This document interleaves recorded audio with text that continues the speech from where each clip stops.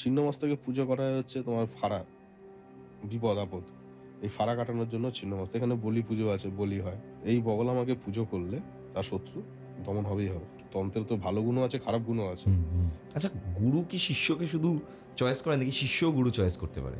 তুমি কি বিশ্বাস করো যে সব দেখা হওয়ার পিছনে একটা কারণ থাকে? সবাই কারণ ছাড়া কারণ তৈরি হয়। কারণের থেকে কারণ তৈরি হয়, ডেস্টিনিতে পৌঁছয়, নাকি আগে থেকে ডেস্টিনি ফিক্স থাকে তার জন্য কারণগুলো হয়? এই কামদেবের সিগনিফিকেন্সটা কি আমাদের মাইথোলজিতে বা আমাদের জীবনে? কামদেবকে কি সাধারণ মানুষ পুজো করেন? এই জন্য আমাদের পুজো ঢাক বাজে, কালী পুজোতে ঢাক বাজে। আর কৃষ্ণ পুজো হয়, যেই পুজোগুলো হয় সেগুলোতে সবসময় খোল করতাল বাজে। কেন কেন? কারণটা হচ্ছে ঢাক মানে কি ঢেকে রাখা, মানে আমরা নিজের মধ্যে মন্ত্রটাকে ঢেকে রাখি। আমরা কখনো মন্ত্রটাকে উচ্চারণ করি না, ঢেকে রাখি। আর খোল মানে খুলে রাখা? খুলে রাখা মানে খুলে দাও, জোরে জোরে বল, যত পারো জোরে বলো। এই তন্ত্র ক্রিয়া পুরো গোপন। যারা নিম্ন মার্গে, যারা এই কর্ণ পিশাচি সাধনা করছে, কর্ণ পিশাচ, তারপরে টুকটাক নোংরামো যেসব কাজগুলো করছে, যারা এই পেট আত্মা নিয়ে কাজ করছে, তারা এইসব কাজ করছে। কর্ণ পিশাচিনী কি করে? কর্ণ পিশাচিনী তোমার হচ্ছে, এটা একটা বিদ্যা, এটা হচ্ছে পিশাচিনী বিদ্যা। অনেক নোংরা ফোংরা গায়ে ফায়ে মেখে ওই মরা মানুষকে নিয়ে সাধনা করা। তোমার কানে কানে এসে বলে যাবে সব কথা। আজকের পডকাস্টটা শুরু হচ্ছে বড় অদ্ভুতভাবে একটা মশা মারার ব্যাট হাতে নিয়ে। কারণ আজকে হঠাৎ করে কোনো কারণ ছাড়াই স্টুডিওতে প্রচুর মশা। কোনোদিনও এত মশা থাকে না। আজ হঠাৎ করে যে কী করে এত মশা এলো আমি জানি না। আমি রানাদাকে বলছিলাম যে তোমার সাথে মশা এসছে আজকে। আমার সঙ্গে এসছে। তো রানাদা তখন একটা দারুণ গল্প বলছিল যে মশার উৎপত্তি নাকি দুর্গা মায়ের থেকে। এই গল্পটা দিয়ে শুরু হোক আজকের পডকাস্ট। অ্যাকচুয়ালি ব্যাপারটা হচ্ছে, এটা আমারও খুব প্রশ্ন ছিল একটা ছোটোবেলা থেকে। তো আমাকে আমার গুরুদেবী একটা গল্প বলেছিল যে এত মশা কেন উৎপত্তি, যে যেখানে যাই সেখানেই কামড়ে ধরে, খুব ডিস্টার্ব করে। তো গুরুদেব বলছে যে এরও একটা ঘটনা আছে, এটা পৌরাণিক এক ঘটনা। বলছিল মাঝি ভাইরা মাছ ধরতে যায়, ওরা ঘুমিয়ে পড়ে, ওরা ঠিক ভোরবেলায় মাছ ধরতে পারে না, এই নিয়ে এদের একটা সমস্যা তৈরি হয়।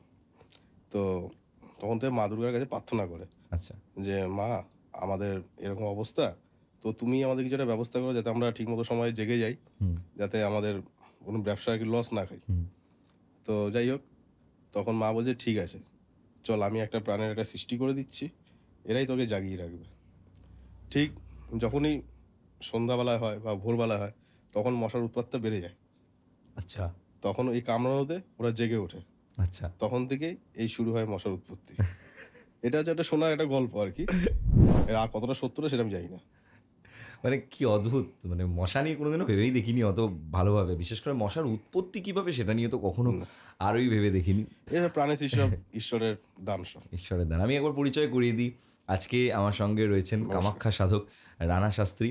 রানাদা আমাদের খুব কাছের মানুষ এবং রানাদা আজকে আমাদেরকে বিভিন্ন ধরনের ঘটনা শোনাবে। আজকে কি নিয়ে আমরা কথা বলবো, মানে সব থেকে বেশি ইন্টারেস্টিং কোন টপিকটা হতে পারে? কামাখ্যা নিয়ে বেটার। কামাখ্যা নিয়ে কথা বলা। কামাখ্যা নিয়ে বেটার।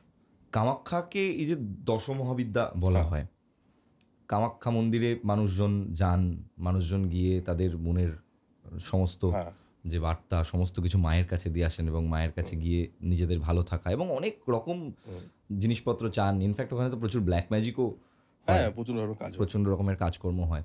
তুমি একদম যদি সিম্পলিফাইড ওয়েতে যদি দশমহাবিদ্যা কি, এটাকে যদি একটুখানি বুঝিয়ে বলো। অ্যাকচুয়ালি আগে জানতে হবে কামাখ্যার ব্যাপারটা। অ্যাকচুয়ালি দশমহাবিদ্যা হচ্ছে এখানে 10টা মায়ের, মানে ছিন্নমস্তা, বগলা, কামাখ্যা, মা তারা, তারপরে মাতঙ্গী, ভুবনেশ্বরী, এইসব মায়ের, তারপর আরও আছে কমলা আছে, ভৈরবী আছে, এদের সব মায়ের জনি পড়েছে। আচ্ছা, মায়ের জনিপীঠ বলা হয় কামাখ্যা মন্দিরটাকে, বলেছে মায়ের জনিপীঠ। সব মায়ের জন্যই একটা জায়গাতেই পড়েছে। তো এখানে যারা সাধু সন্ন্যাসী আছে, যারা তন্ত্রক্রিয়া করে, তারা এইখানে সবাই সাধনা করতে আসে পাওয়ার পাওয়ার জন্য। এখানে একটা পজিটিভ পাওয়ার পাওয়া যায় এই কামাখ্যাতে সাধনা করলে। এটা বেশি বলতে গেলে এটা অম্বুবাচী মেলার সময় এই সাধনাগুলো হয় এখানে। আচ্ছা, ঠিক আছে, 4 দিনে। অ্যাকচুয়ালি তুমি 12 বছর যে জবটা করবে, যে সিদ্ধি লাভ করবে, 12 বছর জব করে যে সিদ্ধি লাভ করা যায়, সেটা এই 4 দিনে জব করলে ওই 12 বছরের সিদ্ধি যে পাওয়ার, সেটা ওই 4 দিনে পাওয়া যায়। মানে আমরা যে জবটা করছি 100, ওইখানে তার 100 গুণ বেশি। যেহেতু ওখানে জনি হ্যাঁ, পড়েছে। জনি পড়েছে, সব জনি ওই টাইমটা শুধু জেগে ওঠে। আচ্ছা। এই জন্যই তাই এত পাওয়ার। এই সব যত সাধু সন্ন্যাসীরা আছে দেশ বিদেশ থেকে সব জায়গা থেকেই ওরা এসে এখানে সময় জপ সাধনা করে। হুম। এবার এখানে দু রকম কাজ হয়, কেউ ভালো করছে, কেউ খারাপও করছে। যারা মায়ের সাধনা করছে তারা মাকে ডাকছে, যারা খারাপ তন্ত্র করছে তারাও কাউকে না কাউকে ডাকছে। আচ্ছা। নাহলে তো ভালো খারাপ মিশিয়ে তো পৃথিবীটা চলছে না। হ্যাঁ, নাহলে তো হয় না, সবাই ভালো হলে তার পৃথিবীতে ক্রাইমই হতো না, ঠিক, ঠিক। তাই না? হ্যাঁ। তো যাই হোক, এবার বেসিক্যালি বলতে গেলে এই কামাখ্যার দশমহাবিদ্যা যেরকম এক রকম দেবী আছে। ধরুন আমি বলতে যাবো যে ছিন্নমস্তা বলি, ছিন্নমস্তাকে আমরা বলি রাহুর দেবী। রাহুর দেব। রাহুর দেবী যারা কারণে ফারাক। রাহুর কাজটা কি? রাহু হচ্ছে আমরা যেটাকে বলি এনজয়, যা একটা মানুষের লাইফে সবসময় এনজয় করতে থাকে, হুম। যে ডেলি মানে দিন যাচ্ছে রাত যাচ্ছে পার্টি করছে ঘুরে বেড়াচ্ছে এই করছে, তাদের ঘরের মধ্যে স্থিরতা থাকে না, হুম। তারা একটা উগ্রতা একটা লাইফ নিয়ে লিড চলে, ডিস্কো যাচ্ছে নাচ গান করছে এইসব নিয়ে চলছে। তারপরে কেউ আছে যে গায়ের মধ্যে ট্যাটু করছে, হুম। ইচ্ছা হচ্ছে ছবি কেটে কুটে ট্যাটু ফ্যাটু করে ফেলছে। এগুলো হচ্ছে রাহুর প্রভাব। এগুলো রাহুর প্রভাব না থাকলে কখনো এগুলো হয় না। তো অনেকে রাহুর প্রভাবে তো ভালোও হয়। ভালো হয়, বাহু বাবু তোমার কানেকশন করাবে, ভালো ভালো কানেকশন যোগাযোগগুলো করাবে, তোমাকে উপরেও তুলতে পারে, তোমাকে ফেলেও দিতে পারে, আচ্ছা, তোমাকে রাতারাতি রাজা করে দিতে পারে, ভাইরাল করে দিতে পারে। আচ্ছা। ধরো অনেক বড় ভালো ভালো স্টাররা, যেমন ধরো রানু মণ্ডলে, রানু মণ্ডলকে কে চিনতো? হুম। ও তো প্ল্যাটফর্মে বসে গান গাইতো, হট করে স্টার হয়ে গেল রাতারাতি। এটা রাহু, ওর সঙ্গে কানেকশন হলো, কানেকশন ও স্টার এক রাতে। হুম। আবার দেখো আবার ফেলেও দেয়। ফেলেও দিল, কয়েকদিনের মতো ও পড়েও গেল। হুম। ফারাকটা হচ্ছে তোমাকে কখন যে টেনে তুলবে, কখন যে তোমাকে ফেলে দেবে, এটা হচ্ছে রাহুর কানেকশন। আচ্ছা, যারা ধরো হার্ড ওয়ার্ক করে নিজেদেরকে ধীরে ধীরে করে তৈরি করছে, যেমন ধরো আমি 5 বছর ধরে মানে ইউটিউব প্রফেশনে আছি, লোকজন চেনেন, সাবস্ক্রাইবার রয়েছে চ্যানেলে, এখানেও তো একটা পপুলারিটি আছে, ফেম আছে, হ্যাঁ অবশ্যই। কিন্তু সেটা তো হার্ড ওয়ার্কের ফল। এটাও কি তাহলে রাহুর সাথে কানেকশন কোনোভাবে? না, হার্ড ওয়ার্ক যেটা করাচ্ছে অ্যাকচুয়ালি এগুলো গ্রহ কানেকশনের ব্যাপার আছে। এখানে হচ্ছে শনি হচ্ছে হার্ড ওয়ার্ক করায়। আচ্ছা। তুমি যতটা শনি হচ্ছে আমাদের হচ্ছে বলি যে শনি দেবতাকে বলি হচ্ছে সতের দেবতা, ন্যায়ের দেবতা। আচ্ছা। তুমি যত কর্ম করবে তোমাকে ঠিক সে ততটাই হবে সে ফলটা দেবে, হুম। ঠিক আছে? আর রাহুর কাজটা হচ্ছে তোমাকে একবারে চান্স দেবে, একবারে তোমাকে ফেলে দেবে। আচ্ছা। তুমি যদি ভালোভাবে চলতে পারো তো ভালো, ধরে রাখতে পারো। তোমাকে আমি 1 কোটি টাকা দিলাম, তুমি যদি কালকে নিয়ে খরচা করে দাও, দোষটা কিন্তু তোমার, দোষটা আমার না। ওকে, মানে রাহু একটা চান্স দেয়। হ্যাঁ, তোমার সাথে কথা বলতে বসলে না মানে একটার পর একটা আমি এত এদিক ওদিক ট্র্যাকে চলে যাই। মানে রানাদার সাথে পডকাস্টটা শুরু হওয়ার আগে আমরা প্রায় 1-1.5 ঘন্টা বসে শুধু গল্পই করছি, তারপর বলছি চলো চলো এবার পডকাস্টটা শুরু করি। হ্যাঁ, তো আমরা যেটা ছিলাম আর কি, কামাখ্যা মায়ের মন্দির নিয়ে আমরা যেটা ছিলাম। কামাখ্যা মন্দিরের যে সৃষ্টি, এই সৃষ্টির একটা ইতিহাস আছে এবং কামাখ্যা মন্দির নিয়ে অনেক রহস্য রয়েছে। হ্যাঁ। এই ইতিহাস আর রহস্যটা কি? ইতিহাস আর রহস্য হচ্ছে, দেখো ব্যাপারটা হচ্ছে এটা পুরাকালের কথা, হুম। যেটা আমরা শোনা কথা, যেগুলো আমরা জেনে এসেছি। কারণ যে সময় হয়েছে তোমরা জন্ম হয়নি, আমারও জন্ম হয়নি, স্বাভাবিক। হুম।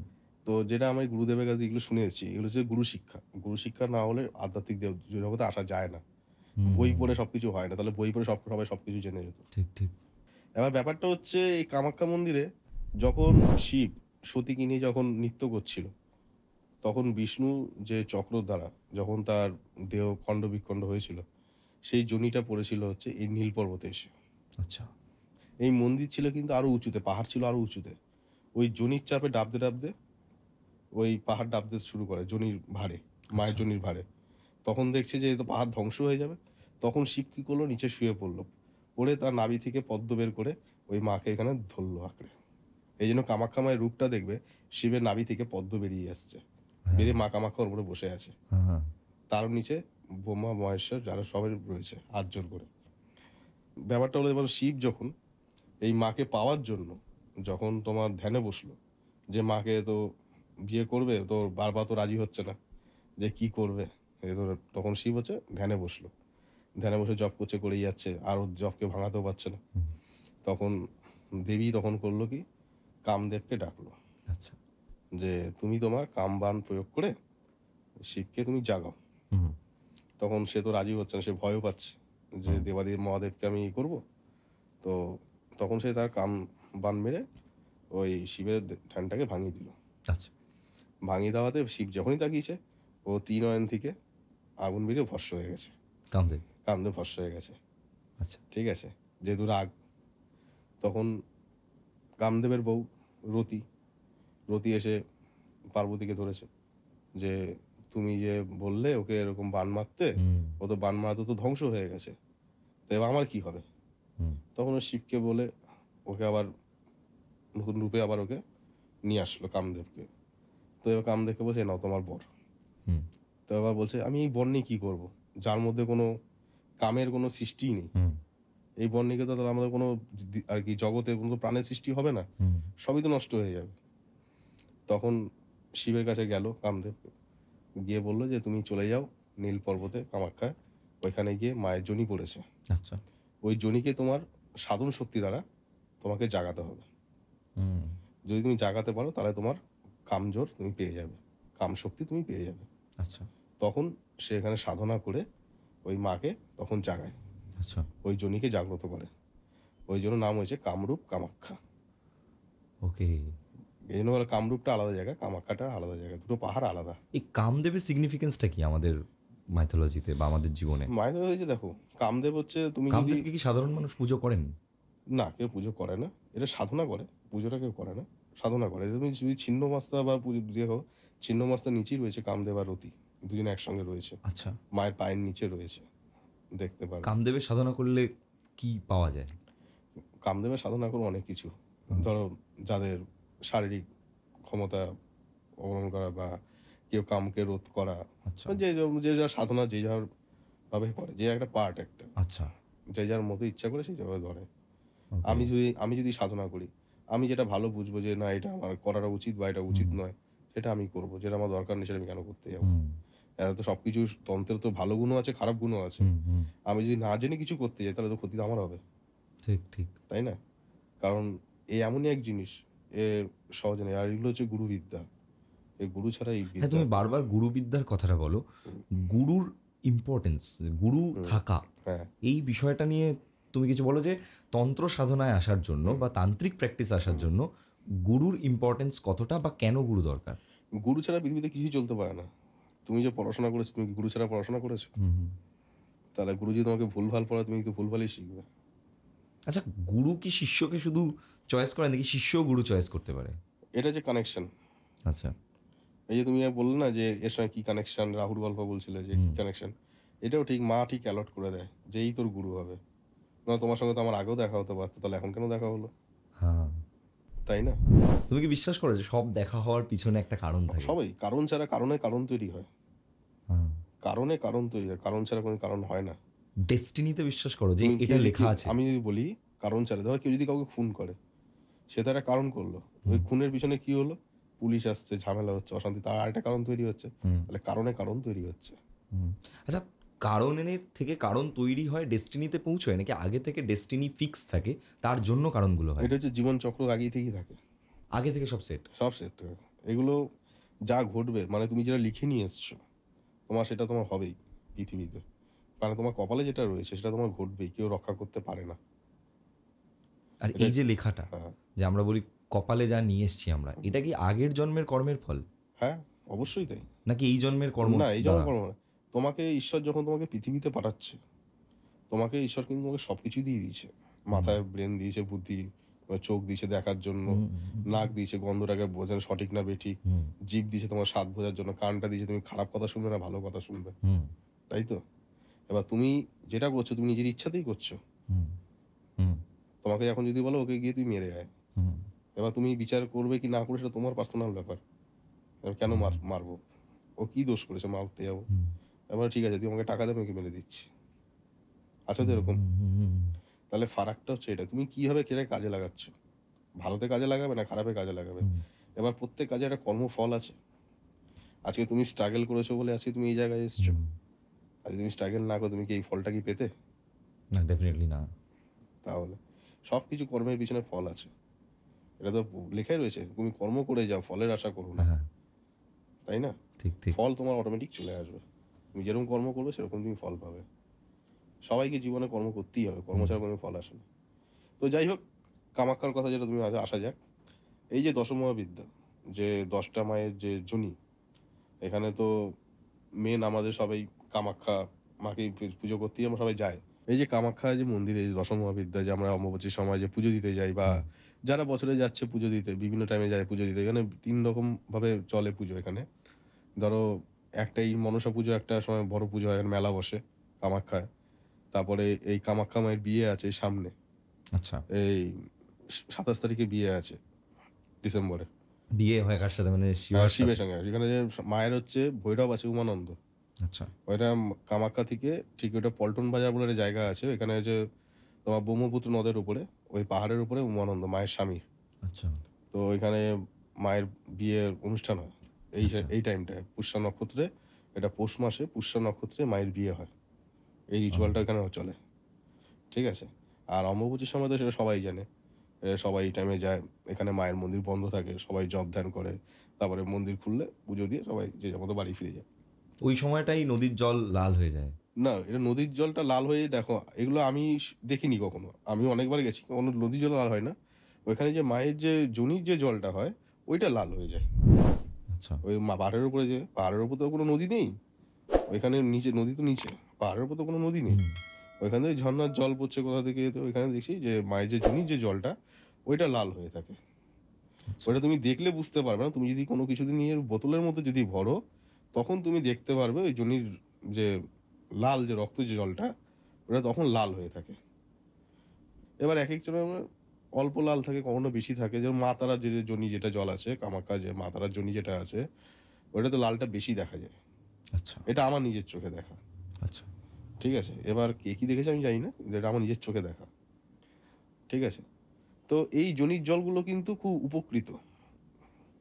এটা প্রচুর কাজে লাগে, প্রচুর কাজে। যেমন?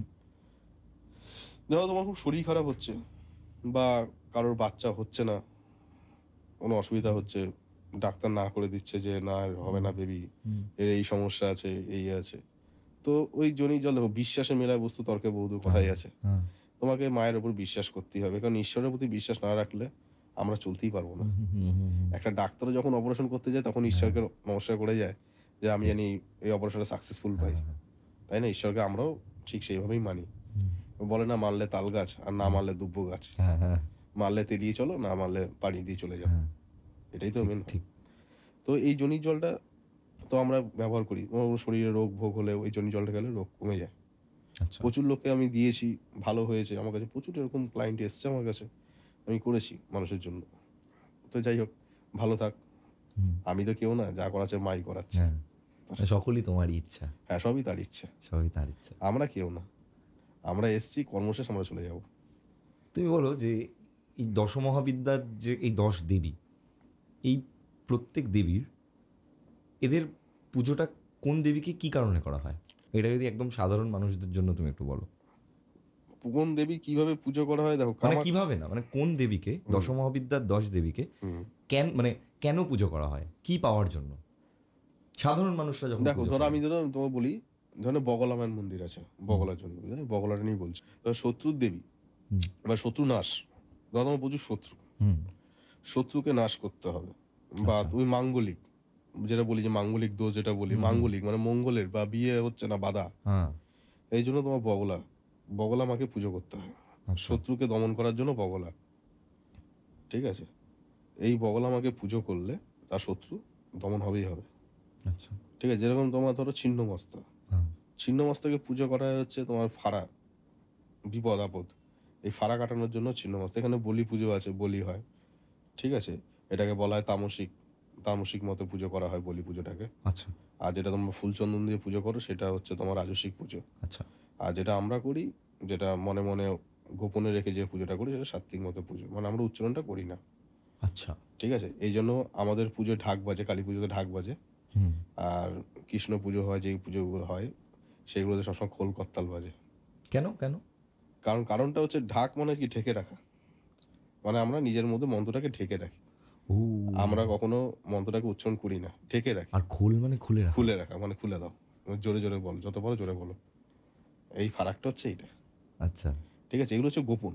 হ্যাঁ, এই তন্ত্র ক্রিয়া পুরো গোপন। তন্ত্র কথার অর্থ হচ্ছে তুমি দেখো, তন কথার অর্থ হচ্ছে আমাদের শরীর। হুম, তন্ত্র মন্ত্র, মন হচ্ছে আমাদের মন। হুম, এই শরীরটাকে মন দিয়ে শরীরটাকে নিয়ন্ত্রণ করা, হুম, ব্যালেন্স করা। আমাদের শরীরে যে চক্রগুলো রয়েছে মূলাধার থেকে আমাদের সহস্রতলার মাথার অবধি যে চক্রগুলো রয়েছে, এই এক একটা চক্রে এক এক রকম ক্রিয়া চলে। ঠিক আছে? আমাদের কুলকুণ্ডলী জাগ্রত করতে গেলে এই চক্রগুলোকে জাগাতে হয়। এগুলো জপ ছাড়া এগুলো হয় না। এই চক্রগুলোর কাজগুলো যদি তুমি একটুখানি সিম্পল করে বলো আমাদেরকে। দেখো, আমাদের ধরো আজ্ঞা চক্র, তোমাকে বলি আজ্ঞা চক্র যদি বলি, বা আমাদের মণিপুর বলি, নাভির চক্রটাকে বলা হয় মণিপুরের চক্র। আমাদের যেটা মূলাধারে আছে, ঠিক আছে? মূলাধার চক্র যেটাকে বলি। তারপর অনাহত চক্র বলা হয় বুকের, ঠিক আছে? এই যে চক্রগুলো আছে সহস্রতল মাথায়, এখানে হচ্ছে আজ্ঞা চক্র। আমরা যখন চিন্তা করি, আমরা কিন্তু এটা দিয়ে চিন্তা করি, থার্ড আই যেটাকে আমরা বলি। ঠিক আছে? এই আই দিয়ে আমরা যখন চিন্তা করি যে জিনিসটা কোথায় রেখেছি, কোনো যদি খুঁজে না পাই জিনিসটা কোথায় রেখেছি, তখন আজ্ঞা আমাদের দেয় যে তুই ওইখানটা কিছু ওইখানটায় যা। হ্যাঁ, তখন কিন্তু আমরা এটা দিয়ে চিন্তা করি, ঠিক ঠিক ঠিক। এটা আমাদের থার্ড আই। তখন আমরা কিন্তু এই দিব্য দৃষ্টি বলে না, যে দিব্য দৃষ্টি, এই দিব্য দৃষ্টি কিন্তু এটাই খোলে। ওকে, ঠিক আছে? এই প্রত্যেকটা এক একটা নিয়ে এসে এক একটা স্থানে রেখে রেখে রেখে রেখে জব করতে হয়। আচ্ছা। এটাকে আমরা বলি এক কথায় ভূশুদ্ধি। এটা পুজোর আগে নিয়ম আছে, এগুলো ভূশুদ্ধি, এগুলো আমাদের বলতে দেব বন্ধন করতে অনেক কিছু ব্যাপার আছে। এগুলো আমাদের নিজের ব্যাপার, বিভিন্ন রকম। এবার অনেকে আছে যে পুজো করছে, কেউ বামাচারে করছে, বামাচারী পুজো করছে, কেউ দক্ষিণাচারী পুজো করছে, ঠিক আছে? কেউ কুলাচারে করছে, যে যার মতো পাচ্ছে এরকম পুজো করছে। আমরা বামাচারী করে আমরা বিরাচার, আমাদের কোনো আচার প্রচার নেই পুজোর।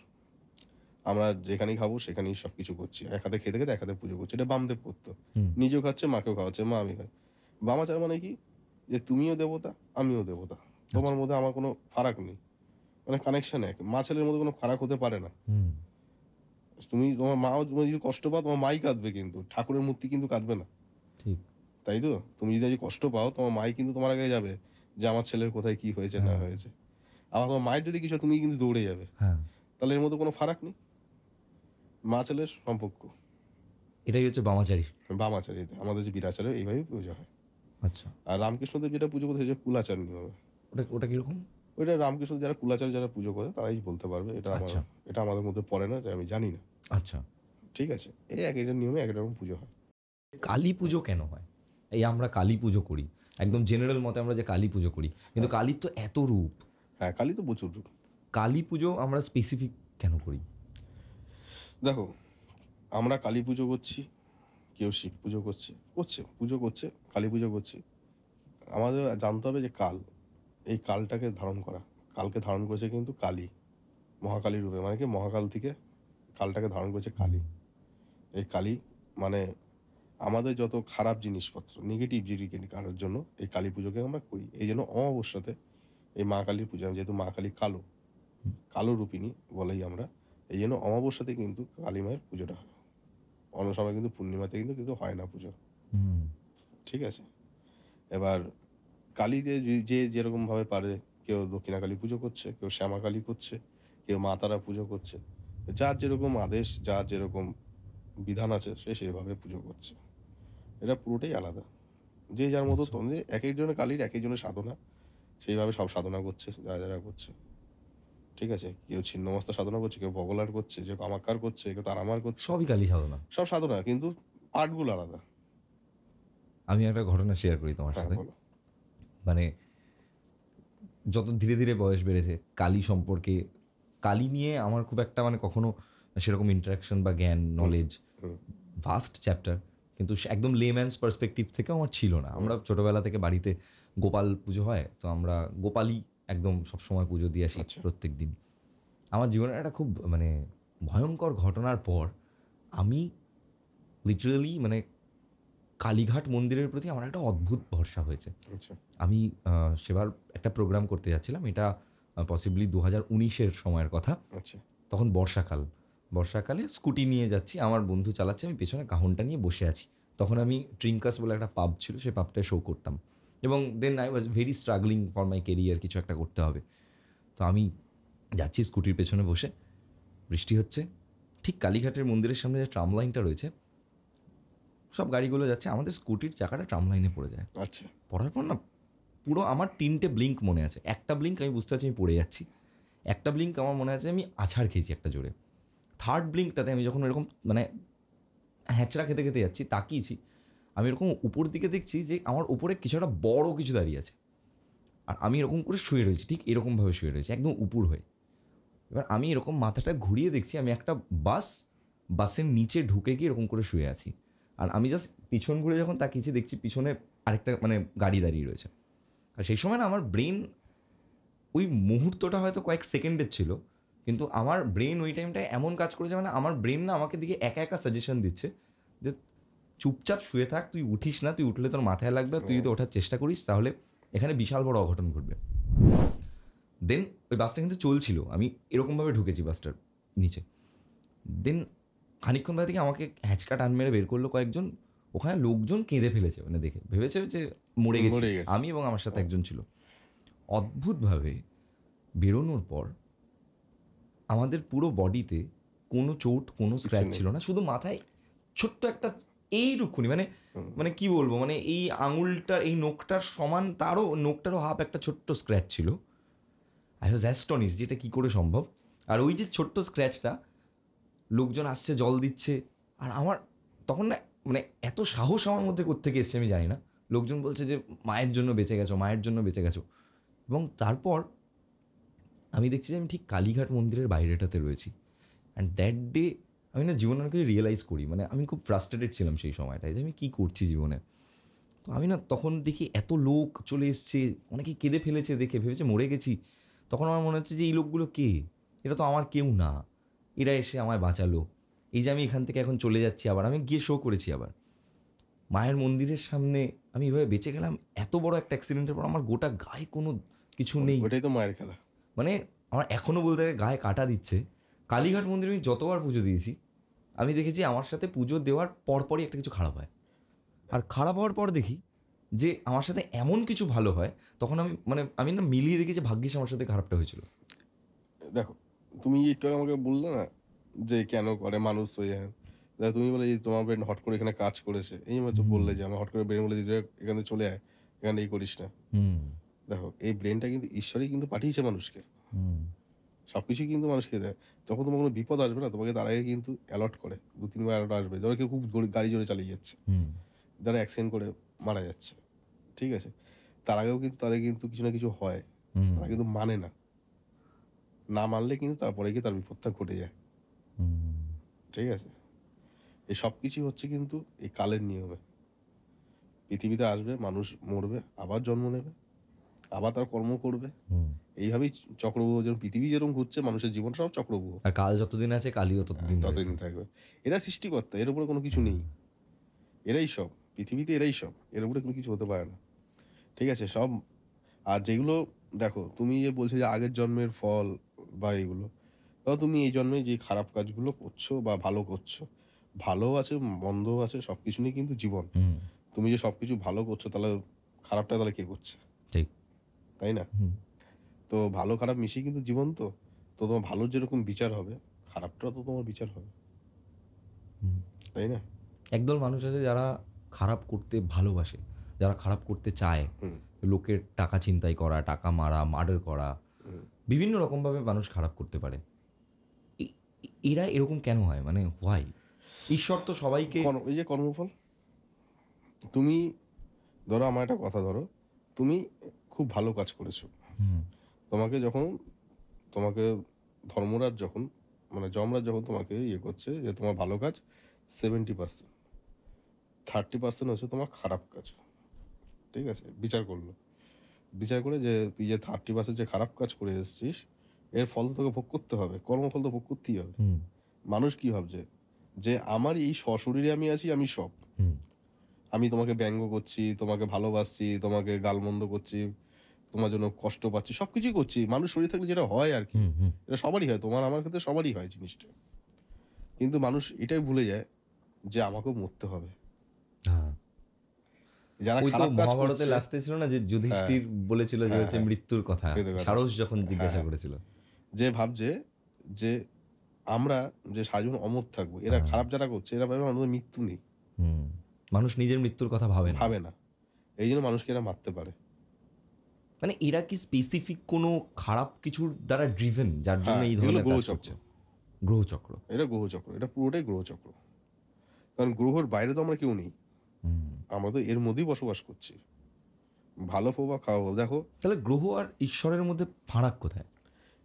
যদি গ্রহই আমাদের গোটা জীবনকে নিয়ন্ত্রণ করে। হ্যাঁ, গোটা দেখো এটা হচ্ছে যে তুমি বলছো না ডিফারেন্স যে মানুষ আজকে যে এই যে আর কি যে তৈরি যেটা হয়েছে এটা তো ঈশ্বরই তৈরি করেছে। হুম, তাই না? এবার একেকজনের গ্রহ একেকজনের ভাবে নাম সৃষ্টি হয়েছে। চন্দ্র, বুধ, মঙ্গল ওকে। একেকজনের একেক ভাবে তৈরি হয়েছে। একেকজনের গ্রহের একেকটা ক্যারেক্টার আছে। হুম, এগুলো মানুষকে নিয়ন্ত্রণ করছে। ধরো একসঙ্গে তো ১,০০,০০০ মানুষ জন্মগ্রহণ করছে। হুম, এটা আমি জ্যোতিষীদেরকে আমি প্রশ্ন করেছিলাম যে একসঙ্গে তো ১,০০,০০০ মানুষ জন্মগ্রহণ করছে। হ্যাঁ, তাহলে সবার জীবন আলাদা, আলাদা কেন হচ্ছে? ঠিক। একসঙ্গে তো সবার জীবন একই হবে। তাই নাকি? হুম, তাহলে আলাদা করছে কেন? তাহলে এটাকে নির্ধারণ করছে মা স্বয়ং যিনি জন্ম দিচ্ছেন। হুম, ঈশ্বর যেটা। হুম, যে তোর কর্মফল তুই এটা করে এসেছিস, তোর কর্মফল এটা তোকে ভোগ করতে হবে তাই তুই এটা করবি। হুম, আজকে তুমি ডাক্তার হচ্ছ, কালকে তুমি চাকর হয়ে জন্মতে পারো কারো বাড়িতে। ঠিক, তাই নাকি? ঠিক, তুমি ঠিক। হয়তো কোনো ওই চাকরের কাছ থেকে তুমি তাকে টাকা নিয়েছো, ভুলভাল ইয়ে করে। তার কর্মটা এবার তুইও দেখ, জন্মে দেখ কিরকম লাগে। কষ্টটা ভোগ কর। তুই তোর কষ্ট হ্যাঁ, তুই বুঝিসনি। হ্যাঁ। এখন তুই এই জায়গায় জন্ম নিয়ে বোঝ কেমন লাগে। এটা মা শাস্তি দেন। শাস্তি দেন। ঠিক, ঠিক। যেমন কর্ম তেমন ফল। হ্যাঁ। কালীর সাধনা যেমন ভালোর জন্য হয়, তেমন তো খারাপ করার জন্যও করে। করে। ব্ল্যাক ম্যাজিকের জন্য। না এটা কালী সাধনা শুধু ভালোর জন্য বা খারাপ জন্য সে করে না। ব্যাপারটা হচ্ছে খারাপের ক্ষেত্রে যেটা বলবো, শুধু কালী তো একা থাকে না, কালীর সঙ্গে তো ভূত প্রেতও থাকে। আচ্ছা। শ্মশানচারী তো। এই জন্য বলা হয় শ্মশানও বাসিনী বলা হয়। হ্যাঁ, এর সঙ্গে ডাকিনী, যোগিনী সবাই থাকে। তাদের সাধনা তো করে। হ্যাঁ, ঠিক আছে? এবার দেখো মায়ের তো বিভিন্ন রকম রূপ। কোনো মা সন্তানকে ভালোবেসে কোলে নিয়ে নিচ্ছে। আবার কোনো মা সন্তানকে ডাস্টবিনে ফেলে দিচ্ছে। হ্যাঁ, রাইট, হয়তো। তাহলে মায়ের মধ্যে দুখানা ক্যারেক্টার দেখা যায়, তাই না? ঠিক। তো ব্যাপারটা হচ্ছে যে ভালো কাজ করছে সে ভালো দিকেই যাচ্ছে। যে খারাপ দিকে যাচ্ছে তাকেও তার কর্মফল ভোগ করতে হচ্ছে। এবং তার পরিবারকেও খুব খারাপ দিক দিয়ে তাকে যেতে হচ্ছে। ভোগায়। ভোগাবেই, কিছু করার নেই। কারণ আমি যদি তুমি যদি একটা ভালো মানুষ হও, হুম, তোমার যদি আমি কোনো ক্ষতি করি, তুমি যদি কোনো দোষ না করে থাকো, ঈশ্বর কি সেটা দেখছে না? সে তো সবই দেখছে। আমি তো ক্ষণিকের জন্য মজা পাচ্ছি। হুম, তারপর আসল মজা তো সে দেখাবে। হ্যাঁ, তাই নাকি? আসল মজা সে দেখিয়ে দেবে। আর যারা এই সাধনার পথে নেমেছে যারা, যে সাধনা করব, এই করে মানুষকে উপকার করব। হুম, যদি এই চিন্তা ভাবনা নিয়ে কেউ যদি সাধনা করে তাহলে তো ভালো। হুম, সাধনা হচ্ছে মানুষের সেবা করা। হুম, মানুষকে বিপদ থেকে রক্ষা করা। এটা হচ্ছে সাধনার মেন উদ্দেশ্য। কিন্তু কিছু, কিছু মানুষ আছে এখন পয়সা ইনকামের জন্য করছে এইসব। যে ওর কাছে কিছু পয়সা নিয়ে মানুষের ক্ষতি করব, এই করব। করছে। ব্ল্যাক ম্যাজিকও তার মধ্যে একটা হ্যাঁ, ব্ল্যাক করে। ম্যাজিকও করছে। ব্ল্যাক ম্যাজিকেও অনেক খারাপ কাজ হচ্ছে। ওরা শ্মশানে বসে আত্মা দিয়ে কাজ করাচ্ছে। হ্যাঁ। কোষ পুতুল বানাচ্ছে। কোষ পুতুল দিয়ে, লেবু দিয়ে অনেক রকম আচ্ছা, বিভিন্ন এই রকম। ব্ল্যাক ম্যাজিক করার জন্য বা এই যে নিম্নমানের তন্ত্র হ্যাঁ। সাধনা যেটা, এই নিম্নমানের তন্ত্র সাধনা করার জন্য কি কালীকেই তারা আরাধনা করছে নাকি নিম্নমানের কোনো দেবীকে আরাধনা করছে? ওরা নিম্নমানের কোনো শক্তিকে মানে কোনো প্রেত দিয়ে কাজ করাচ্ছে। আচ্ছা। ওরা কোনো কালী কখনো নিম্নমানের দেবী নয়। হুম, কালী হচ্ছে সর্বশ্রেষ্ঠ। হ্যাঁ। কালী কখনো মানে এসব কালীকে দিয়ে এই কাজ করানোই যাবে না। যাবে না। মা এখনো সহ্য করবেই না এসব। ক্ষতি করে দেবে পুরো একদম তার। অবশ্যই তাই। সব শেষ করে দেবে। অবশ্যই তাই। তোমার মৃত্যু অব্দি হতে পারে। কেউ যদি ভুল পথে যায় তন্ত্র সাধনা তার মৃত্যু অব্দি হতে পারে। এগুলো ছেলেখেলা জিনিস নয়। হুম, ঠিক আছে? যারা করছে তারাও, যারা খারাপ করছে তারাও ভালো নেই। হুম, তাদের মন মানসিকতা খারাপ বলেই তারা খারাপ করছে মানুষের। আর যাদের ভালোর জন্য তারা রামপ্রসাদ তৈরি হয়েছে, বামদেব তৈরি হয়েছে, রামকৃষ্ণদেব তৈরি হয়েছে। হুম, যে ভালো সে ভালো হবেই। আর তুমি যে সারাদিন জপ সাধনা করলে তুমি যে সাধক হবে তারও কোনো কথা নেই। হুম, যদি মা যদি না চায়। আচ্ছা। তুমি অত নিষ্ঠা মেনে পুজো করছো, সারাদিন মাকে মা, মা করে ডাকছো, এত কিছু করছো তাও তুমি মায়ের দেখা পাচ্ছ না। হুম, আবার কেউ দেখছে অল্পতেই ডেকে মাকে দেখা পেয়ে যাচ্ছে, মা তাকে সবকিছু দিক দিয়ে ভালো রেখেছে। হুম, তখন তুমি প্রশ্ন করতেই পারো যে মাকে আমি এত ডাকছি আমাকে কেন দেখছে না? তুমি এত অল্প কাজ করছো তোমাকে কেন দেখছে? হুম, স্বাভাবিক প্রশ্ন হুম, করতেই পারে মানুষের। মা যদি না চায় তুমি কি করে মায়ের সাধক হবে? তোমার মা যদি তোমরা যদি ২ ভাই হও, তার মধ্যে তো কেউ না কেউ প্রিয় থাকে মায়ের। কেউ ছোট সন্তানও প্রিয় থাকে, বড় সন্তানও থাকে। তার মা চাইছে বলেই তো ছোট সন্তানটা প্রিয় বা বড় সন্তানটা প্রিয়। এই প্রিয় হওয়াটা কিসের উপর বেস করে হয়? এটা হচ্ছে জীবনচক্র। আচ্ছা। জীবনচক্র। তুমি কোনো না কোনো কর্ম করেছো, যেই কর্মের জন্য যে তুমি এইটা পরিপ্রেক্ষিতে তুমি এই জিনিসটা দিতে পারবে, সেই ক্ষেত্রে স্যার প্রিয়টা হচ্ছে। আচ্ছা। ঠিক আছে? আবার কিছুটা যদি আমরা বলি, জ্যোতিষী কথা যদি বলি, এটা হচ্ছে গ্রহচক্রের মধ্যে যে আমরা যখন জন্মছক বিচার করি, গ্রহ পজিশন, আচ্ছা। সন্তানের সঙ্গে মায়ের সম্পর্ক, এই গ্রহ পজিশনটা আমরা দেখি। ঠিক আছে? যে এর সঙ্গে এর সম্পর্ক ভালো, এর মায়ের সঙ্গে মতবিরোধিতা হবে না, মা একে ভালোবাসবে, মাকে শেষ জীবনেও দেখবে। আচ্ছা। আবার কিছু, কিছু সন্তানরা যেরকম রয়েছে, সে বাড়িতে ঘটা করে মায়ের পুজো করছে, সবকিছু করছে, কিন্তু এদিকে মা-বাবাকে খেতে দিচ্ছে না। নিজের মা-বাবাকে খেতে খেতে দিচ্ছে দিচ্ছে না। না। এরা মন্দিরে গিয়ে পুজো করছে, এত কিছু উৎসব করছে। কিন্তু নিজের ঘরে যে মা রয়েছে তাকে দিচ্ছে না। এতে তো কোনো লাভ নেই। এরা হচ্ছে, কি বলবো, চোখ থাকতেও অন্ধ। হুম। এরা সেলিব্রিটিদের জন্মদিন পালন করছে, নিজের বাবার জন্মদিনে এরা কেক কেটেও দেখে না। হুম। ঠিক কি না? ঠিক। মানুষ হচ্ছে এইসব নিয়ে এখন মেতে রয়েছে। হুম। এই জন্য তো পৃথিবীর আজ এই অবস্থা। একটা মানুষ কিন্তু দেখাতে পারবে যে সুখে রয়েছে? সুখ নেই। দিন নেই, রাত নেই। এটা করে বেড়াচ্ছে, ওর পিছনে ছুটছে, ওর পিছনে ছুটছে। কে কি বললো সেটা নিয়ে, কে কি করছে ঈর্ষা। ওইসবই চলছে, এখন কিছু নেই। হুম। আধ্যাত্মিক চেতনা কজনের মধ্যে আছে? কেউ তো বলছে কিছু এবং হলে আধ্যাত্মিক চেতনার যে জাগরণ, আমি খুব ফিল করে দেখেছি যে কাউকে বলে এই আধ্যাত্মিক চেতনা আনানো যায় আনবে না। না, আমরা আসবে না কোনদিন। তার যদি এগুলো ভেতর না। থেকে সেই ডাক আসে তাহলেই একমাত্র হ্যাঁ, সে ভাববে। এটা সব সব কাজের ক্ষেত্রেই। হুম। আজকে আমি যে অল্প বয়সে আমি যে জায়গাটায় এসেছি, আমি তো অন্য কোনো কাজও করতে পারতাম। আমি কেন এসেছি এই জায়গাটায়? আজকে আমি যখন হোমযজ্ঞ পুজো করছি, আমার ৩ ঘন্টা 4 ঘন্টার হোমের সামনে বসে আছে, আগুনের সামনে। Not a matter of joke, এটা সবাই পারবে না। হুম। গ্যারান্টি আছে। চোখ জ্বলে যায়। ওই শরীরে অত আগুনের তাপ, ওই গরমকাল বলো কত কষ্ট। তারপরে শীতকালেও ও অতক্ষণ বসে থাকা চারটিখানি কথা না। শরীরে জল টানতে থাকে আগুনে। একটা দুটো না, আমাকে বছরে নাই, নাই করে ৫০ থেকে ৬০ খানা ৭০ টা যজ্ঞ করতে হয়। প্রত্যেক মাসে ৪টা ৫টা করে আমার হোমযজ্ঞ করতে হয়। এর মা না চাইলে হয় না। ওই আগুনের তাপটাকে আজকে মানুষ কিছু পাচ্ছে বলেই তো আমার কাছে আসছে। নাহলে কেন আসবে? একদম। ওই আগুনের তাপটাকে কি করে হ্যান্ডেল করো? ওইটা আমাদের তন্ত্র সাধনের দ্বারা। এগুলো জপ। আচ্ছা। এগুলো জপ না হলে বীজ মন্ত্র এগুলো পাঠ করতে হয়। বীজ মন্ত্র তো গুরুর দেওয়া। হুম। এগুলো নিজের মধ্যেই সবসময় রাখতে হয়। এগুলোকে কখনো উচ্চারণ করে বাইরে কাউকে প্রকাশ করতে নেই। হুম। যার যেরকম গুরু শিক্ষা দেবে সে সেরকম করে শিখবে। ভালো দিলে ভালো শিখবে, খারাপ দিলে খারাপ শিখবে।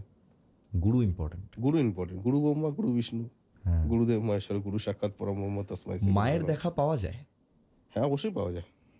কিন্তু মা যে তোমাকে দেখা দেবে তার জন্য প্রচুর সিদ্ধি করতে হয়। প্রচুর সিদ্ধি লাগবে। এক জন্মে হবে না হয়তো। এরকম প্রচুর মানুষের কাছে আমি শুনেছি, তারা ক্লেম করেন, খুব সাধারণ মানুষ, হুম। যে আমি এইভাবে মাকে দেখেছি। বেশিরভাগ মানুষ এটা বলেন যে আমি, আমার কাছে এসে একজন ভিক্ষা নিয়ে গেল, আমি তাকে একটু খেতে দিলাম, তারপর পিছন ঘুরে দেখি সে আর নেই। হ্যাঁ। ওই যে মানে আমরা বলি না, দাঁত থাকতে কেউ দাঁতের মর্ম বোঝে না, চোখ থাকতে কারো দৃষ্টি সে মর্ম বোঝেনি। হয়তো এসেছিল, সে ধরে রাখতে পারেনি, সে চলে গেছে। চিনতে পারেনি। তোমার কিন্তু সামনে চিনবে কি করে একজন সাধারণ মানুষের কাছে যদি একজন মহিলা আসেন? ওইটাই তো কথা, যে ওই চিনব কি দিব্য করে? দৃষ্টিটাই খোলে না। ওই জিনিসটাই তো ওদের নেই। ওই জ্ঞান চক্ষুটাই তো নেই। যে কে চাইছে হট করে আমাকে, তুমি আমাকে কিছু চেয়ে বসলে যে দাদা তুমি আমাকে এটা দাও, আমি তোমাকে একবার ভাববো না যে কেন দেবো, কি কেন চাইছো? হুম। সবকিছু তুমি আমাকে এখন আমাকে তন্ত্র শেখাও, তোমাকে কি করে তন্ত্র শেখাবো? হুম। তোমাকে তো দেখতেও তুমি পারবে কি পারবে না। তোমাকে দুটো মন্ত্র বলে দিলাম, তুমি ২ দিন মন্ত্র বলে তারপর তুমি অসুস্থ হয়ে পড়লে, হুম। তখন তুমি তো আমাকে এসে বলবে তুমি কি দিয়েছো আমি অসুস্থ হয়ে পড়েছি। হুম। দোষ তো আমাকেই হবে। তাহলে আমি কেমন গুরু হলাম যে তোমাকে আমি রক্ষাই করতে পারলাম না? হুম। এই তো ছেলে খেলা জিনিস নয়। ওই জন্য একটা কথা বলেছিলাম না, তুমি যতই মাকে ডাকো, তুমি মা দেখা তুমি সহজে পাবে না যদি সে যদি না চায়। আর তুমি একটা নর্মাল একটা বেসিক কথা বলো, ধরো তোমাকে কেউ একটা কাজের জন্য তোমাকে ডাকছে, তোমার যদি ইচ্ছা না হয় তুমি কি সেখানে যাবে? হুম। তাহলে তোমার ইচ্ছা হলেই তো তুমি যাবে। ঠিক। তোমার যদি ওর প্রতি মন প্রসন্ন হয় যে না ঠিক আছে চলো ডাকছে যাই, হুম। একবার দেখা দিয়ে দিই কি বলে। হুম। ঠিক সে হতো। মাও তোমাকে অনেক পরীক্ষা নেবে যে তুমি সত্যি তাকে ভালোবেসে ডেকেছো না নিজের ধান্দায় ডেকেছো। ঠিক কথা। মা মানুষ মন্দিরে গিয়ে কি চায়?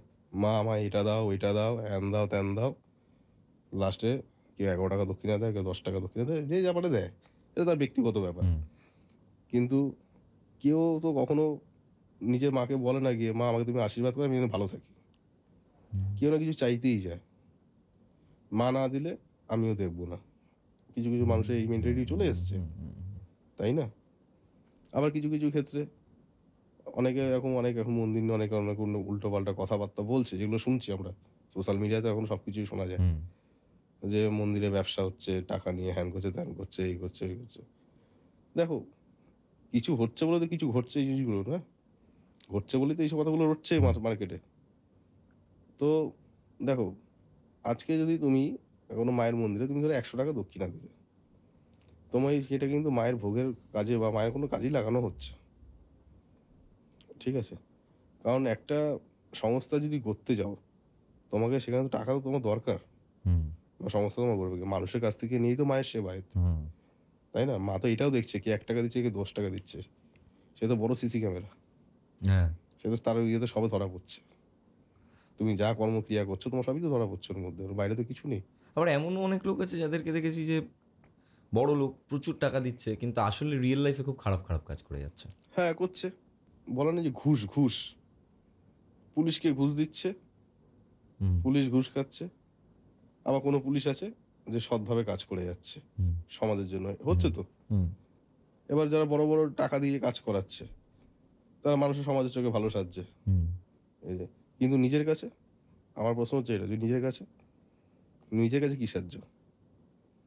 আমার মনে হয় এদের সেই নিজস্ব সেই সেন্সটাও হয়তো থাকে না যে কোনটা ভালো আর কোনটা খারাপ। ওইটার জন্যই তো। এটা এই বুদ্ধিটাই নেই। না, বুদ্ধি নেই বলাটা ভুল। ব্যাপারটা হচ্ছে এদের মৃত্যু ভয়টা নেই। এদের যে জীবন একটাই, এরা বোঝে না, ঠিক আছে? 84 লক্ষ যোনি অতিক্রম করে মানুষের জন্ম, শ্রেষ্ঠ জন্ম। তোমাকে ঈশ্বর তোমাকে সব দিয়েছে, তোমাকে বিচার করার ক্ষমতাও সে তোমাকে দিয়েছে। নাহলে মানুষ এই যে পশুকে ধরে পেটায়, হুম কুকুরগুলোকে অত্যাচার করে রাস্তাঘাটে, এই আমি মশা এই মারলাম। এই মশা মেরেছে দেখো, তুমি এটা তোমাকে করতে হয়েছে। দেখো, সব কিছুই পাপ, এই যেটাই করছো না কেন, যেটা আমিও করি, আমিও পাপ করেছি, আমি তো কোনো শুদ্ধ নই, পাপ তো আমরাও করি, তাই না? হুম তো ব্যাপারটা হচ্ছে, যেগুলো কালচক্রে তোমার তো করতেই হবে, হুম তুমি এর বাইরে তুমি যেতে পারবে না, ঠিক আছে? তুমি যদি এর বাইরে যেতে চাও, তাহলে তুমি অসাধারণ, হুম সবচেয়ে আলাদা হবে, আধ্যাত্মিক জগতে সবচেয়ে আলাদা। এই জন্য মা এক একজনে এক এক সময় এক এক রকমভাবে জন্মগ্রহণ দিয়েছে। বামদেবকে দিয়েছে, রামকৃষ্ণদেবকে দিয়েছে, হুম স্বামী বিবেকানন্দকে দিয়েছে, রামপ্রসাদকে দিয়েছে। এর আলাদা আলাদা সাধক তৈরি হয়েছে, এই জন্য তাকে পৃথিবীতে সবাই চেনে, ফেমাস। হুম এর বিকল্প কেউ নেই, ঠিক আছে? আর কিছু কিছু ব্যক্তি আছে এদেরকে ভাঙিয়ে খাচ্ছে, হ্যাঁ, ওই সেন্টিমেন্টটাকে নিয়ে ওই চলছে। মেনে চলছে। আমি তোমার এই করে দেবো, এই করে দেবো, তুই দেওয়ার কে? যাই হ্যাঁ দেওয়া তো সে তো উপরওয়ালা দেবে। ঠিক। আমি দেওয়ার কে? আমি দেওয়ার কেউ না। তোমার ফেসবুকে একটা ভিডিও দেখেছিলাম, মায়ের পুজো হচ্ছে তোমার বাড়িতে, এবং সেখান থেকে মায়ের ফুল হ্যাঁ, ছড়িয়ে পড়ছে হ্যাঁ, এই মানুষের ব্যাপারটা মধ্যে। হচ্ছে, এটা আমার বাড়িতে পুজোটা হয়, এটা হচ্ছে কৌশিক অমাবস্যায় মাতারার পুজোটা হয়। এটা আমার সত্যি কথা বলতে, এই পুজোটা আমার 3 বছর ধরে চলছে বাড়িতে। এটা আমার স্বপ্নাদেশে। মা আমাকে স্বপ্নে দেখা দেয়, তুই আমার পুজো দে, আমি দেখছি আরতি করছি মায়ের সামনে দাঁড়িয়ে। আচ্ছা। লাল বস্ত্র পরে মায়ের সামনে দাঁড়িয়ে আরতি করছি। তো আমি তো কামাখ্যা সাধনা করি, কামাখ্যা সাধক, কামাখ্যা মায়ের দীক্ষা, সব কিছু আমার কামাখ্যার। তো তারা মা কেন আমাকে এটা দেখালো? কিন্তু আমার যে মাথা থেকে আউট হয়ে গেছে যে দশভূমিবিদ্যার মধ্যে মা তারারও যোনি রয়েছে এখানে, হুম যোনিপীঠটা এখানে পড়েছে। এবার এমন সময় স্বপ্ন দেখিছে যে কৌশিক অমাবস্যা 10 দিন আগে মানে ওই টাইমের মধ্যে সব অ্যারেঞ্জ করতে অ্যারেঞ্জ হবে। করতে হবে। এবার তো আমার মাথায় হাত, টাকা পয়সার একটা ব্যাপার আছে, তারপরে হুম হট করে অত লোক অ্যারেঞ্জমেন্ট করা, প্যান্ডেল করা, পুজো কী করে না হবো সব চিন্তা ভাবনা করা। আমাকে একজন সাপোর্ট করেছিল, যে পুজো করেছিল আমার সঙ্গে এসে, সে হচ্ছে তারকেশ্বর এক পান্ডা, বাপি ব্যানার্জি নাম। আমাকে, আমরা একসঙ্গে সব সাধনা করি কামাখ্যায়, সেও ছিল। একসঙ্গে মিলে আমরা তন্ত্র সাধনা, তারপর মাকে যেমন পুজোটা করলাম, করার পর মাকে আমাদের যেহেতু দেহশুদ্ধি আমাদের একটা ব্যাপার আছে পুজোতে, ওই দেহশুদ্ধি করাতে তো আমরা যেগুলো নিয়ম আমাদের যেগুলো রয়েছে, আমাদের এগুলো গোপন জিনিস, সেহেতু মাকে ডেকেছে, মা সন্তুষ্ট হয়েছে, তাই মা ফুলটা দিয়েছে। পুজো ভালো হলে তো কিছু না কিছু মা তো এটা ইঙ্গিত দেবে যে না, পুজো ভালো হয়েছে, এই জন্য এটা পেয়েছিস। হ্যাঁ। ওইটাকে আমরা গ্রহণ করেছি, মা যেটা ভালোবেসে দিছে তাই নিয়েছি। এ তো কোনো কারণ হয় না, কিছু পাওয়ার জন্য তো কিছু করে না। আমি যদি কিছু পাওয়ার আশা যদি তন্ত্র সাধনা করতাম, তাহলে আমার তন্ত্র সাধনা করে লাভ নেওয়া, ব্যবসা ঠিক। করাটাই ভালো। সাধারণ মানুষদের তান্ত্রিকদের প্রতি একটা অদ্ভুত ভয় আছে। হ্যাঁ, আছে। এই ভয়টা কেন? দেখো, একটা হচ্ছে কথায় বলে বনের বাঘে খায় না, মনের বাঘে খায়। বনের বাঘ তোমাকে খাচ্ছে না, তোমার মনের বাঘে খাচ্ছে। যে মনে হয় এখানে একটা কিছু খারাপ হতে চলেছে। হ্যাঁ। ধারণা, এই টিভি ফিভি দেখছে বা ইউটিউব দেখছে, মানুষের মধ্যে এখন ধরেছে যে তন্ত্র সাধনা করছে, নিশ্চয়ই কোনো কিছু খারাপ করে দেবে। কিন্তু কটা তন্ত্রসাধক আছে যে কাজ জানে? এখন তো সব দর্শনদারি হয়ে গেছে, গুণ বিচারই তো পড়ে। হুম। রাস্তা দেখছো না, এত এত পোস্টার, 1 মিনিটে বশীকরণ, 2 মিনিটে হ্যাঁ, হ্যাঁ, বশীকরণ। হ্যাঁ, হ্যাঁ, হ্যাঁ। তাহলে আজও পর্যন্ত কি 1 মিনিটে বশীকরণ করতে পেরেছে পৃথিবীতে? স্বয়ং শিব পারেনি, তো ওই পারবো কোথা থেকে? আচ্ছা, এগুলো সম্ভব নয়। কোনোদিনই না। সম্ভব নয় বলাটা পুরোটাই ভুল। হয়, কিন্তু সেটা খুব কম ক্ষেত্রে, খুব খুব কম লোক আছে। মানে সেই উচ্চ মার্গের লোক উচ্চ হতে হবে মার্গের তাদের। সাধক না হলে, আর সাধকরা যদি উচ্চ মার্গের হয়, তারা কোনোদিনও কারো ক্ষতি করবে না। হুম। তারা মানুষকে ভালো পথ দেখাবে। যারা নিম্ন মার্গে, যারা এই কর্ণপিশাচি সাধনা করছে, কর্ণপিশাচ, তারপরে টুকটাক নোংরামো যেসব কাজগুলো করছে, যারা এই পেট আত্মা নিয়ে কাজ করছে, তারা এইসব কাজ করছে। কর্ণপিশাচিনী কি করে? কর্ণপিশাচি তোমার হচ্ছে, এটা একটা বিদ্যা, এটা হচ্ছে পিশাচিনী বিদ্যা। আচ্ছা। এটা হচ্ছে একটা নিম্নমার্গের সাধনা। ঠিক আছে? অনেক নোংরা ফোংরা গায়ে ফায়ে মেখে ওই মরা মানুষকে নিয়ে সাধনা করা, আচ্ছা। তার আত্মাকে দিয়ে কাজ করানো, হুম। তোমার কানে কানে এসে বলে যাবে সব কথা। এইসব হচ্ছে এসব কি, মানে কানে কানে কি বলে ও? তোমার ধরো তোমার কোনো ইনফরমেশন সে এসে বলে দেবে। মানে কর্ণপিশাচিনী একটা আলাদা এন্টিটি, হুম, আলাদা জীব। জি। এটার সঙ্গে আমাদের কোনো, এই সাধন মার্গের সঙ্গে কোনো ইয়ে নেই। আচ্ছা। ওইটা, ওই সাধন মার্গটা পুরোটাই এই আলাদা। ধরনের সাধনা যারা করে হুম। তারা কি ন্যাচারালি এই ধরনের হচ্ছে মানে ব্ল্যাক ম্যাজিক এই খারাপ কাজগুলো করে থাকেন? দেখো, সাধনা কিন্তু অনেক রকমের হয়। সাধনা শুধু ভালো মন্দ এইসব না, বিভিন্ন রকমের 64টি যোগিনী, মানে 64 রকম সাধনা আছে। হুম। ঠিক আছে? তুমি একটা দুটো সাধনা নিয়ে সমস্ত বিচার করলে হবে না। হুম। ধরো আমি সাধনা করছি তারা মায়ের বা কামাখ্যা মায়ের, কেউ সাধনা করছে বগলা মায়ের, কেউ করছে ছিন্নমস্তা, কেউ করছে ধূমাবতী, কেউ করছে ভুবনেশ্বরী, যার যেরকম করছে, ত্রিপুরা সুন্দরী, যা যেরকম সাধনা করছে। আমি তো সব সাধনা জানা আমার পক্ষে সম্ভব নয়। হুম। আমি যেটুখানি করছি আমি সেটা জানি। আমি যে কে কোনটা করছে সেটা আমি কি করে বলবো? এই যে সিলেকশনটা, হুম। যে কে কার সাধনা করবে, এটা কিভাবে হয়? এটা জন্ম থেকে তৈরি হয়ে আসে। মানে তুমি যে কামাখ্যা এটা মায়ের ঈশ্বর, সাধনা করছো, ঈশ্বর, ঈশ্বর পাঠায়। এটা ঈশ্বর। তুমি তো কবে প্রথম বুঝলে যে তুমি কামাখ্যা মায়ের সাধনাই করবে? আমার দীক্ষা হয় হচ্ছে 2010 সালে। আচ্ছা। হঠাৎই একটা বিপদে পড়েছিলাম। পড়ে আমি তারাপীঠে যাই। সেখানে আমার গুরু দেখি বসে রয়েছে এখানে। একটা আন্ডারগ্রাউন্ডে একটা ঘর রয়েছে তারাপীঠে। এখানে মা নিয়ে গেছিল। মার এখানে মা দীক্ষা নিয়েছিল। তো আমি গেছিলাম। হঠাৎই গুরু বলল যে, "তোর দীক্ষা নেওয়ার সময় হয়ে গেছে। তুই মায়ের দীক্ষা নে, তুই সাধক হবি।" তাই মা তোকে টানিয়ে নিয়ে এসছে এখানে তারাপীঠে। দেখো, তারাপীঠে দীক্ষা হয়েছে আর তারা মায়ের পুজো কিন্তু আমার বাড়িতে হচ্ছে। হ্যাঁ। এটাও কিন্তু ভাবতে হবে। আগে থেকে সেট। আগে দিয়ে সেটিং। এই সেটটা হয়ে আছে বলেই কিন্তু আজকের জীবনচক্রে আমি এই জায়গাটায়। সব কর্মচক্র বলো, জীবনচক্র সবকিছু এসব একই ঘিরেই আমার। আলাদা কোনো কিচ্ছু নেই। যেরকম শিখেছে আমি শিখেছি। গুরুদেব যেরকম করে আর কি বলে দিয়েছে যে, "তুই এটা করবি, এটা করলে এটা হয়, এটা করলে ওটা হয়। কারোর খারাপ চাইবি না, মানুষের সবসময় ভালো চাইবি। মানুষের সবসময় ভালো করবি, মা তোর ভালো করবে।" তাই মানুষের ভালো করি। আমাকে খারাপ বিদ্যা করতে বললে আমি বুঝিও না। আমি বলে দিয়েছি, "আমি এসব পারবো না করতে। এটা আমার দ্বারা হবে না। হুম। আমি কারো খারাপ করতে পারবো না।" ঠিক আছে? সাধকদের সবকিছু শিখে রাখতে হয়। ভালো বিদ্যা, খারাপ বিদ্যা। বশীকরণ কি ভালো বিদ্যার মধ্যে পড়ে নাকি খারাপ বিদ্যার মধ্যে পড়ে? দেখো, আমি ভালো খারাপ বলবো না। কেন বলবো না? ধরো স্বামী স্ত্রীর মধ্যে খুব ঝামেলা। আমি চাইবো কি? যাতে সম্পর্কটা ভালো হোক। তাই না? তখন আমি তাকে শিখিয়ে দিলাম যে, "তুমি এটা করলে এটা বশীকরণ হবে।"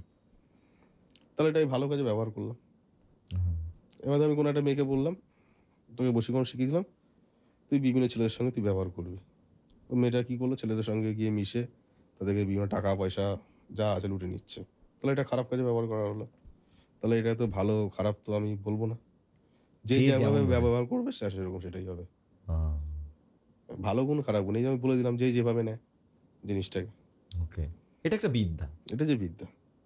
তোমার সাথে কথা বললে কথা শেষ হতে চায় না। মানে আমি যা বুঝতে পারছি যে এই পডকাস্টটা আমরা যদি চাই আরও হয়তো 2 ঘন্টা 3 ঘন্টা চালিয়ে যেতে পারি। দেখো 2 ঘন্টা 3 ঘন্টার বড় কথা না, তুমি সারা লাইফ বসে যদি আলোচনা করো তন্ত্র সাধনা তোমার জিন্দগিতে শেষ হবে না এইসব জিনিস। এই তন্ত্র সাধনা হচ্ছে এত একটা বড় সাবজেক্ট, এটা বিভিন্ন লোকের বিভিন্ন রকম মত। রামকৃষ্ণদেব তো বলেই দিয়েছিল না, যত মত তত পথ, নানান মুনির নানা মত বলেই দিয়েছিল। তো যে যার মতো মত দিয়ে গেছে তাতে সেরকম আলোচনা। তুমি তোমার মতো শিখবে, আমি আমার মতো শিখবো, ও অন্যের মতো শিখবে।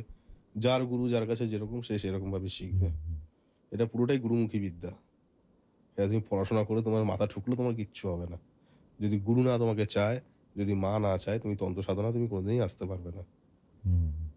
আর কামাখ্যা হচ্ছে পৃথিবীর শ্রেষ্ঠ মন্দির, এটা ওয়ার্ল্ড ফেমাস, সারা জীবন ছিল, আছে আর থাকবেও।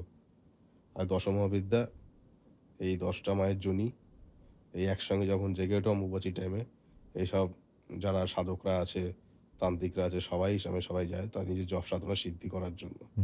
নাহলে তারা কোনোদিনই কোনো কাজ করে সাকসেস পাবে না। মায়ের কাছে যেতেই হবে। সাকসেস পেতে হবে, তাহলে আমি একটা কাজ করছি, কোনো উদ্দেশ্য নিয়ে তো কাজটা করছি না, তো সেই উদ্দেশ্যটার জন্য তো মার কাছে যেতেই হবে, তাকে তো ডাকতেই হবে, তাই না? মা শাসনও করবে, মা ভালোবাসবে, সব কিছুই তো মাই করবে, মা না সেটা কে করবে? মানে এই পডকাস্টটা থেকে এত কিছু জানলাম, এত কিছু মানে শিখলাম এই গোটা পডকাস্টটাতে। আশা করছি আপনারাও যারা এই মুহূর্তে দেখছেন তারা অনেক কিছু জানলেন রানাদার কাছ থেকে। এবং তোমার সাথে কামাখ্যা যাব একবার, অবশ্যই যাবে। রানাদার বাড়িতে পুজো হয়, সেই পুজোতেও যাওয়ার আমার ইচ্ছে প্রকাশ করলাম। সেই পুজোতেও আমরা সবাই মিলে যাব। এবং থ্যাংক ইউ রানাদা ফর কামিং। এবং আমার খুব ভালো লাগলো। তোমাকে আমরা নেক্সট পডকাস্টেও চাই। একদম আমরা আরও বেশ কিছু জিনিসপত্র নিয়ে তোমাকে কামাখ্যায় নিয়ে যাব, আমার দাদু গুরুর কাছে নিয়ে যাব। আচ্ছা, মন্দিরের পান্ডা, ঠিক আছে, দিলীপ শর্মা ওনার নাম। আর ওনার ছেলে আমার ভালো বন্ধু, তো খুব ভালো, মুন শর্মা।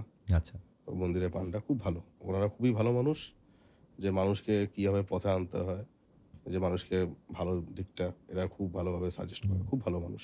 আচ্ছা, মানে যে ভালো করে তার সঙ্গে ভালোটাই ঘটে। এবং এনাদের সান্নিধ্য পাওয়াটাও কিন্তু জীবনের অ্যাচিভমেন্ট। আমি যাদের সঙ্গে এখানে গিয়ে সান্নিধ্য পেয়েছি, এটা আমার কল্পনার বাইরে।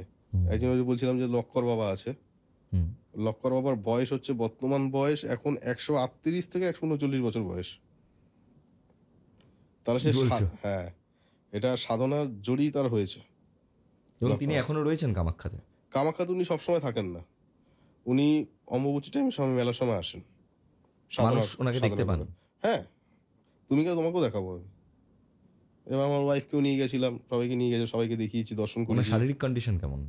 ভালো, একদম ফিট, আমাদের থেকেও ভালো, এতই পাওয়ার। মানে সাধনার মাধ্যমে মানুষ নিজের জীবনকে বাড়াতে পারে। উনি যজ্ঞটাই করে পুরো লঙ্কা দিয়ে, হোম যজ্ঞটা করছে পুরো লঙ্কা দিয়ে, কেজি লঙ্কা, 30 কেজি 40 কেজি 50 কেজি লঙ্কা দিয়ে হোম করছে, কোনো এক সাউন্ডে কোনো গন্ধ নেই, কিচ্ছু নেই, চাক যোগ জ্বালা করছে না, পিছনে দিব্যি। এতটাই সাধনার জোর। এগুলোর চোখে না দেখলে এগুলো বিশ্বাস করে না মানুষ। অভাবে গল্প বলছি বা কিছু, এগুলো চোখে না দেখলে বিশ্বাস করবে না। যেটাই মানুষ চোখে দেখে সেটাই বিশ্বাস করে, যেটা দেখে না সেটা কেন বিশ্বাস করবে? ঠিক। কিন্তু বিশ্বাসটা তো মন থেকে আসে, এটা চোখ দিয়ে তো বিশ্বাস আসে না, ঠিক, তাই না? চলুন একবার আপনারাও চলুন কামাখ্যাতে গিয়ে যা আমাদের ভাবনা চিন্তার বাইরে সেই জিনিসগুলোকে একবার এক্সপেরিয়েন্স করুন। এবং আমি নিজেও যাব, নিজে গিয়েও এক্সপেরিয়েন্স করব, এবং প্রচণ্ডভাবে এক্সাইটেড আমি। Once again thanks a lot রানাদা ফর কামিং। এবং নেক্সট পডকাস্টেও তোমাকে চাই, একদম যাতে আরও অনেক ইন্টারেস্টিং এরকম স্টোরিজ আমরা শুনতে পাই। এবং আশা করছি আজকের এই পডকাস্ট আপনাদের ভালো লেগেছে। যদি ভালো লেগে থাকে তাহলে অবশ্যই আপনাদের ভ্যালুয়েবল ফিডব্যাক দেবেন, কমেন্ট সেকশনটাকে ব্যবহার করবেন, কমেন্টে গিয়ে লিখবেন যে আপনারা আর কি জানতে চান। কমেন্ট সেকশনে আপনাদের মনেও ঠিক আমার মতন যদি প্রশ্ন এসে থাকে সেই প্রশ্নগুলো লিখবেন, যাতে পরবর্তীকালে এই প্রশ্নগুলো আমি আবার রানাদাকে করতে পারি। এবং আপনারা অবশ্যই এই ভিডিওটিকে আরও আপনাদের বন্ধুবান্ধব যারা কিনা এই ধরনের টপিকে ইন্টারেস্ট শো করে তাদের সঙ্গে শেয়ার করুন, তারাও জানুক। কারণ আমাদের এই পডকাস্ট যখনই আপনি শোনেন তখনই নতুন কিছু শেখেন। আমি গৌরব ছিলাম আপনাদের সঙ্গে, আজ আমার গেস্ট কামাখ্যা সাধক রানা শাস্ত্রী, এবং ক্যামেরার উল্টো দিকে রয়েছে কৌশিক। ভিডিও শেষ করছি আজকের মতো, দেখা হচ্ছে আবার পরবর্তী ভিডিওতে।